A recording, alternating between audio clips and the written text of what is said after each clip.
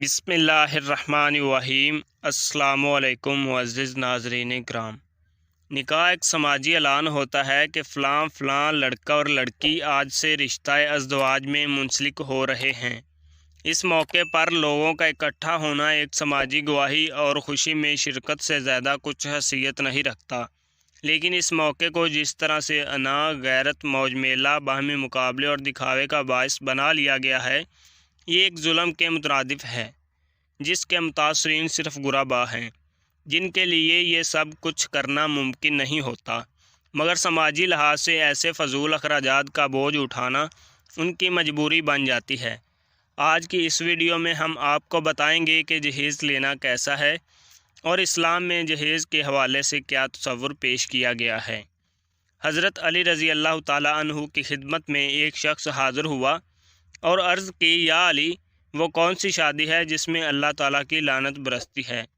تو حضرت علی رضی اللہ تعالیٰ عنہ نے فرمایا، وہ نکاح جس میں لڑکے والے لڑکی کے گھر والوں کو دکھ دیتے ہیں، شرمندہ کرتے ہیں۔ تو وہ شخص پوچھنے لگا، وہ کیسے؟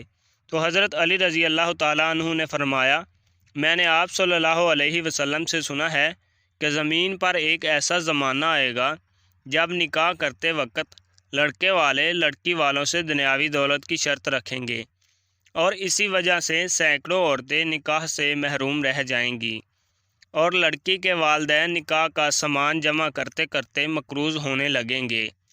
یاد رکھو، یہی وہ عمل ہے جس پر اللہ تعالیٰ کی لعنت برستی ہے۔ حضرت علی رضی اللہ تعالیٰ عنہ نے فرمایا، میں نے حضور صلی اللہ علیہ وسلم سے سنا ہے کہ نکاح کے بعد اللہ تعالیٰ لڑکے کے گھر والوں پر رحم فرماتا ہے اور ان کے رزق میں برکت پیدا کرتا ہے، اور اگر لڑکے والے دنیاوی چیزوں کے لیے شادی کریں تو اللہ تعالیٰ لڑکے کے گھر والوں پر کوئی رحمت نازل نہیں فرماتا، اور یوں لڑکے والوں کا گھر مصیبتوں کا شکار ہو جاتا ہے۔ اب وہ شخص پوچھنے لگا، یا علی، اگر کوئی باپ اپنی خوشی سے اپنی اولاد کو کوئی چیز دے دے تو؟ حضرت علی رضی اللہ تعالیٰ عنہ نے فرمایا، اگر اس کا داماد مفلس، مفلوج، معذور اور غریب ہو تو وہ دے سکتا ہے، اور اگر داماد صاحب حیثیت اور لڑکی کا باپ غریب ہو تو جہیز لینا مناسب نہیں۔